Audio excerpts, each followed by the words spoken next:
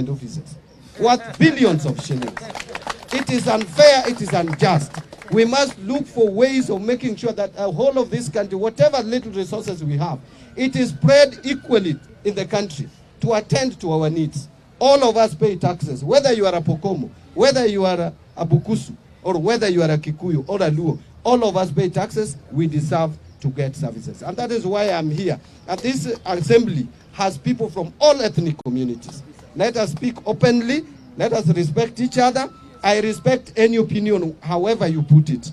Just tell me what you think. Even if you think badi ninafanya kazi bure sana, National Treasury, tell me so that I may consider whether to resign or to continue with my work. I want to thank you from the bottom of my heart, Nyang. You have really done great. And some things started going around here. People started talking ill of this thing. And the antagonism was going to exponential level. And by you coming here, I think that will reduce the pressure. Let's work with Bunge la Mwananchi, because Bunge la Mwananchi is the only organic public participation site. I recognize the presence of my deputy, Rotich Robert. Thank you very much. Bunge la Mwananchi is an organic public participation site, and we normally converge here. This is the national headquarters.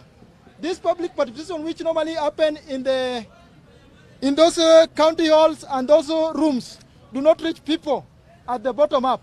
And as we are all aware that the president, as part of his noble agenda or bottom-up economic transformation agenda, we must incorporate people at the lower pyramid so that they can be able to feel to feel amongst themselves as part and parcel of the governance of this country. That will reduce antagonism to go to exponential level. So whatever you have done to me is very great, and you have made my political journey. You have not taken it lightly. Hata tukiingia huko Dagoretti North, watu watajua kweli hapa ni kumoto. So thank you very much. It is now my honor to welcome you, at least to take us through, and I recognize the presence of Chairman, Kenya Revenue Authority, economist, certified economist, former governor of Laikipia. Thank you very much. So let me welcome Waziri, who will then welcome the former governor and the chair of the KRA. Then from there we will give questions to members to ask. Tuendelea hivyo hivyo. Karibu Nyang. Thank you. Mr. Speaker, first I want to take this opportunity to thank you very much for giving me this opportunity to address Bunge la Wananchi. Bunge la Wananchi, oye! I hope I have not breached any standing orders of this Bunge la Wananchi. I must admit that today is my first time to stand here. So many years back I used to pass through Jivanji Garden, but this is the first time that I'm addressing fellow Kenyans at this venue. We are here with me is the chairman of Kenya Revenue Authority, the Honorable Nderitu Mureithi, who is also the immediate former governor for Laikipia County, who is also my friend. We worked with him in Azimio Economic Council. He was my chairman in Azimio Economic Council, where we were 4 of us. So we are people who have worked previously.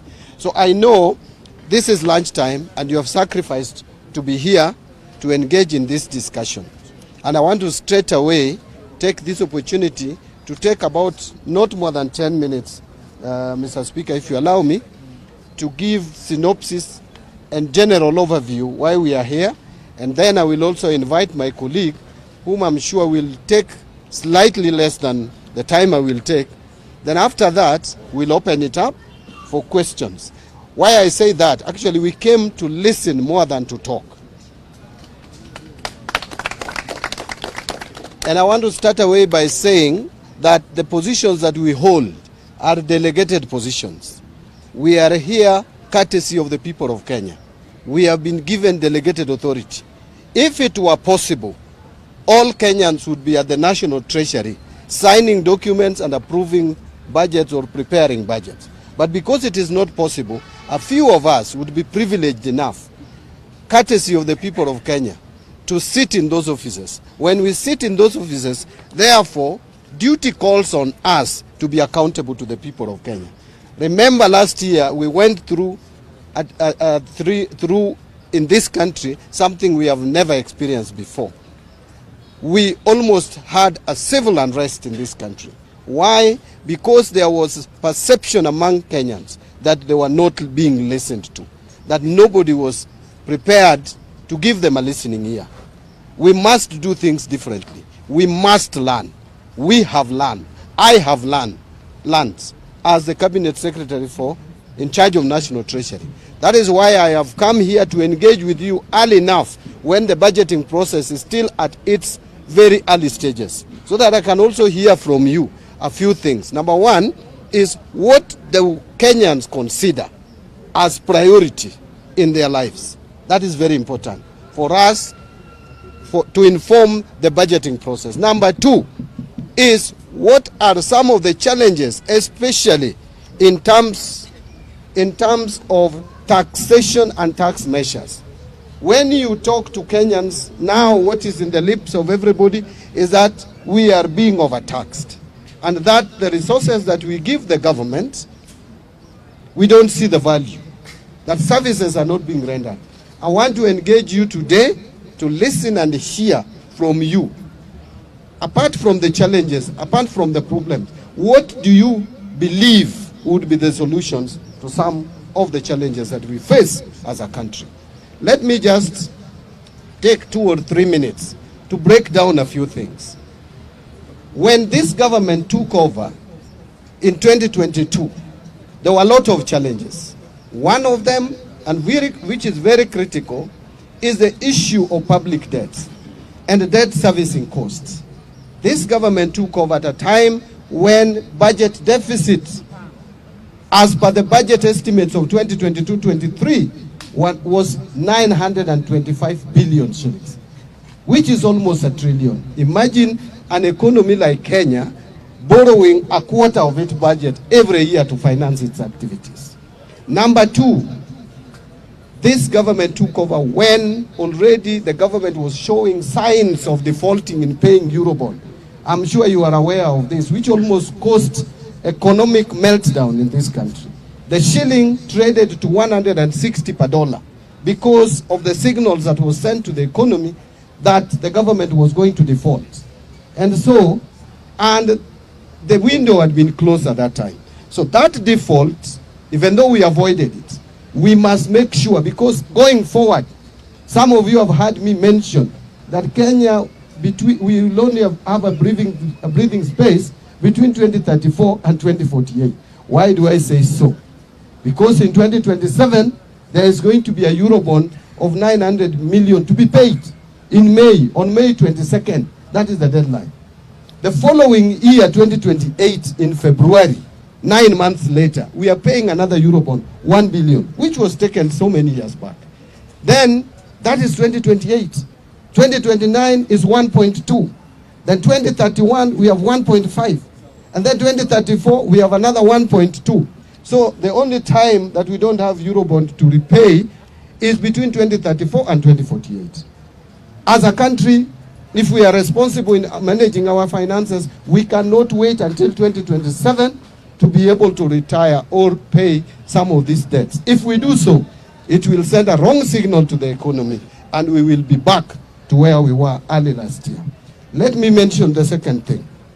The second thing is, where are we now? Are we doing okay? The answer is no. We are not doing okay, but we are better than yesterday. Why do I say we are better than yesterday? There is this rating that has come out from the Moody's. Some people think ni mushene. This is not mushene. This is factual. But how was this informed? The credit rating is all about the ability of a country to repay its debts. And that can only be assessed from certain parameters, from certain fundamentals. The key fundamental is inflation rate. Our inflation rate has showed signs of coming down. It was 9.6 in October 2022. The prices were increasing. That is what we call inflation. The prices were increasing at the rate of 9.6%. That has come down now to 3.3%. That has given a good indicator to the market. The second one, and I want to move very quickly. The second one is, how does government borrow? What is the rate of interest? Remember, just a few months ago when I took over office, we were borrowing at 15.6%. The government was borrowing through treasury bills, the 91-day treasury bill. We were paying 15.6%. Today, as we speak, that has come down to 9.5%, below 10%, single digit for the first time. That has given good indicators that we can be able to borrow money cheaply to retire expensive loans. Because what we are doing with the domestic borrowing is we are borrowing to repay what we had. So if you are borrowing cheaply to repay an expensive loan, that is the only way you can get out of debt trap. Even at home, if you want to come out of debt, ile fuliza, tuanze na Shylock, kabla tujaenda fuliza. If you have a Shylock of 30%, you go for fuliza, isn't it?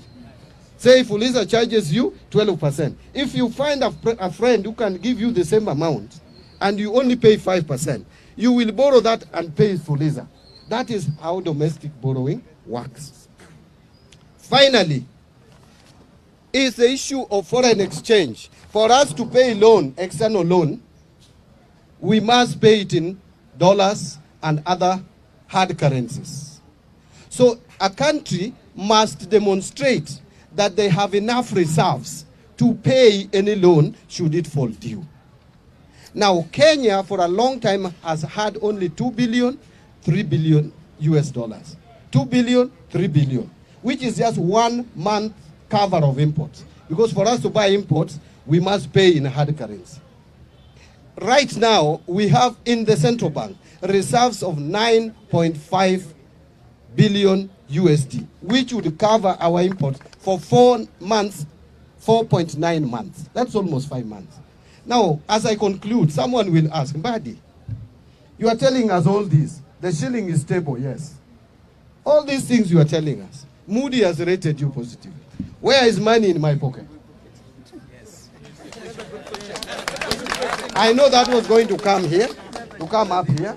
Mr. Speaker, if I still have a few minutes, maybe 2 or 3, then I call my colleague. It is true that Kenyans are struggling. It is true that economic times are difficult. Even though this government has done something positive in the area of agriculture by encouraging production. Today, we are producing 61 million bags of maize. That is what we produced in 2023, up from 30 million bags a year before. That is double. And we are projecting maize production to be at 74 million bags. That is what would satisfy the population of this country. But even with all that, Kenyans are still feeling they don't have money in their pockets. One of the reasons, there are 3 reasons that I will talk about, and what we are intending to deal with those 3 problems. Problem number 1 is the simple reason that because banks have not been able to give money to the private sector cheaply, private sector has not been borrowing money from the banks to expand their businesses, to create job opportunities. So many of our youth, that is why we have now today 3.4 million Kenyans who are supposed to be working are not working. This is because businesses are not expanding. The government has been borrowing money expensively, and therefore banks also loan money to private sector even more expensively. You have started seeing banks lowering interest rates because of the deliberate efforts taken by government to reduce government borrowing and reduce interest rates so that private sector can borrow money, create job opportunities for many of you. You see, you may be earning the same salary, 100,000. But if your sister is unemployed, your brother is unemployed, they will all depend on your 100 shilling. You will not see money in your pocket. The money may not have disappeared from your pocket. It's still there. It is still the same 100. But the mouth it is feeding is a lot. Therefore, we must make sure that we create space for employment for more people so that we have more income. Number 2 is the issue of salaries. We brought SHA, we brought housing levy. Is that not correct? It shrunk your pay slips. But there are efforts that we are making to make sure that you don't earn too low before the introduction of SHA and before the introduction of housing levy. Today, when I appeared before national television, I said with the amendments that we did in December, which some people were opposing, it has provided some relief, maybe not 100%, but we have moved towards reducing the burden, the tax burden on your payslip. So when you are told that there is no effort, it is not true. How I wish some of you could just take a calculator and calculate if you are earning 100,000 shillings. Before the amendments that we brought to Parliament, that 100,000 shillings, 4.25% was going to SHA and housing levy, which is 4,250. Now, with the amendments, that amount, the whole of it is not going to government. Because even if you earned that money, 30% was going to be taxed anyway. Today we are saying, if you contribute to SHA and you contribute to housing, the 4,250, it gives you tax relief of 30%. So what you are actually effectively paying is 70% of 4,250, which is 2,975. Now before SHA, there was NHIF, and you were paying 1,700 if you are earning 100,000. So if you remove that from 2,975, you remove 1,700, you remain with 1,275. So someone who is earning 100,000, the only amount you are losing now, which you are not losing before this administration came to power, is 1,275. I am not saying that that is not money. It is. But it is not as big as some people are trying to portray. Because of the amendments we brought, we also brought amendments that if now you retire or you are laid off and you are given your gratuity, it should not be taxed. Now you take your money and go home. Pension is now not taxable. Even if you retire, so long as you retire procedurally, money that you contribute to the health insurance scheme, post-retirement scheme, is also now giving you relief. So there are so many things we are trying to do, and we will do more. Finally, the other reason why Kenyans are complaining is because you supply goods to government and they are not paid. What is called the pending bills. We subjected the pending bills, and this is not the first time we have subjected pending bills in this country to a committee. We have always created committees. For me and the government, we have decided that this time we are going to act on the pending bills that will be certified by that pending bills committee. The total amount that went to the pending bills committee was 663 billion shillings. They have already analyzed 474 billion shillings worth of bills. Out of that, they have approved for payment 206 million worth of pending, billion one of pending bills. I have since, together with my team, analyzed that data. And listen to this. 95% of those invoices, if you count invoices 1, 2, 3, 4, 5, 95% of those invoices are people who have supplied goods and services to government of not more than 10 million shillings. From 1 shilling to 10 million. These are small businesses. These are MSMEs. Therefore, we have taken a decision as a government. The president has instructed me that we are going to make sure that we try through the supplementary budget to create space for anybody who supplied anything to government and has not been paid up to 10 million. We pay all of them. These are small people. These are small businesses. So we want to pay all the people who have supplied up to 10 million. Then now the remaining amount, we will have to plan and prepare in the next budget how to pay off the pending bills. So those are the efforts. I wanted just to assure you and assure fellow Kenyans, as I listen to you when you are making your deliberations, that we have not reached where we want to be. But we are making deliberate efforts. Tunajaribu sana. Tumeweka mikakati, ninajaribu. And I'm being transparent and open. Long gone are days when cabinet secretary would only be for finance would only be seen with the briefcase going to parliament to read budget speech. We must engage more. Please give me and open the door for me to engage with you. I may not be perfect, but I will be listening.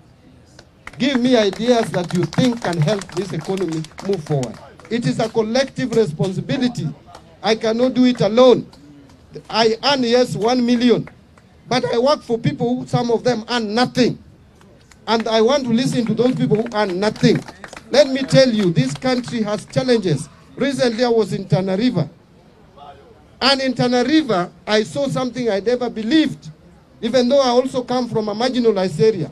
Remember, since independence to date, the children of Oromo or Orma, Pokomo, crossing the river to school have been eaten by crocodiles for all these years just because Kenya government could not commit 100 million shillings to put up a bridge. Yet we steal monies every day in government offices, worth billions of shillings. It is unfair, it is unjust. We must look for ways of making sure that the whole of this country, whatever little resources we have, it is spread equally in the country to attend to our needs. All of us pay taxes, whether you are a Pokomo, whether you are a Bukusu, or whether you are a Kikuyu or a Luo. All of us pay taxes. We deserve to get services. And that is why I'm here. And this assembly has people from all ethnic communities. Let us speak openly. Let us respect each other. I respect any opinion, however you put it. Just tell me what you think. Even if you think badi ninafanya kazi bure sana, National Treasury, tell me so that I may consider whether to resign or to continue with my work.